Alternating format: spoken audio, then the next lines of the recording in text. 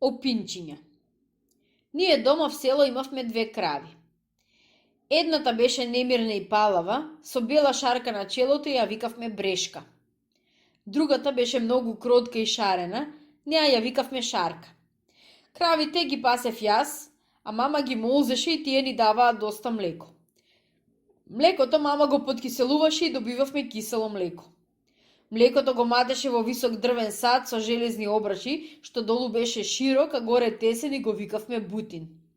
Во бутинот мама го матеше киселото млеко и добивавме матеница и кравје масло.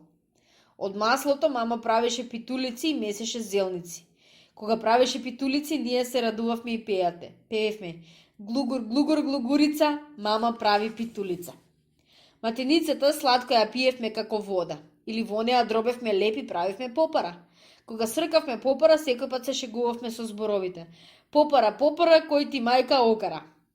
Летно време, кога ги пасев нашите крави, одев бос. А и сите деца во моето село одеа боси, зашто беше лето. Носите ни беа испукани како церови корупки. Штом ќе настапеше есента, ќе заврнеа дождовите, ќе ни купеа или со шиеја опинчиња од свинска или воловска кожа. Тогаш ние многу се радувавме.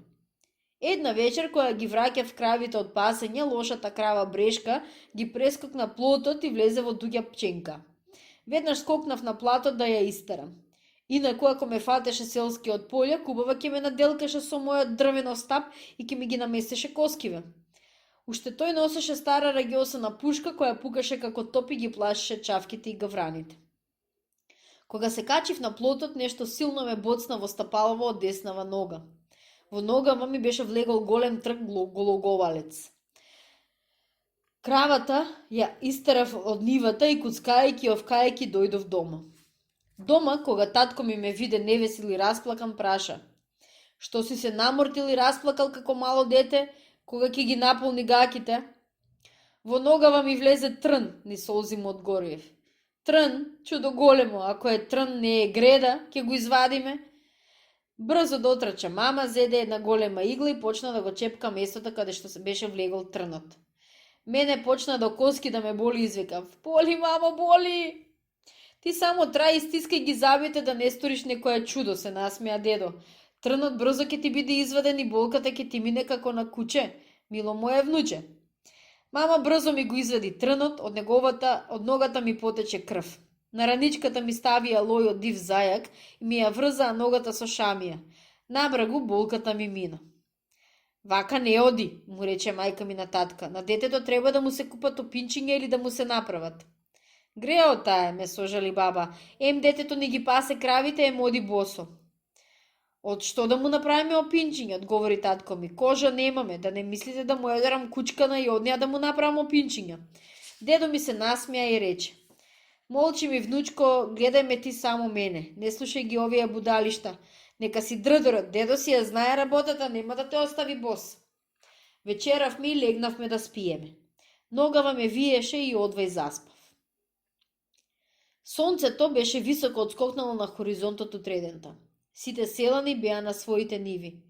Кога таму ни селото се бркаа мачорите, кога дедо ме разбуди. "Ајде, внучко, станувај, веќе фати горештината. Кравите треба да ги потераш да пасат, инаку нема матеница и млеко." "Не можам, дедо", му одговорив. "Ногава ме боли, ако одам пак бос, ќе се наденам на некој трн." "Нема веќе да те боли ногата, нема да те боцкаат трње", рече дедо и се насмеа. Кога станав, дедо во рацете се држеше убави штавени од жолта кожа опинчиња. Од радост го прегрнав и го прашав: "Каде ги најде дедо?" "Каде ли ги најдов, да не мислиш дека опинчињата растат како крши на дрвјата?